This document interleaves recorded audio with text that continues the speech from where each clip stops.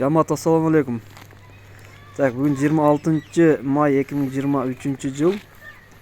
О экрандагы 2 жашар кунажын сатылат. Порода швиц. Баасына келсек 120 миң сом сурап атыптыр ээси. Экрандагы номерге чаласыздар. Так, адрес Алай району Гүлчө айылында. Башка региондорго доставка уюштуруп беребиз дейт. Экрандагы номерге чаласыз. Порода швиц. Букадан кача эле киши болуп. Жашы 2 жаш. Баасы 120 миң сом. Кеми бар. Достор, видео лайкты басып, суроолорду комментарийде калтырасыздар.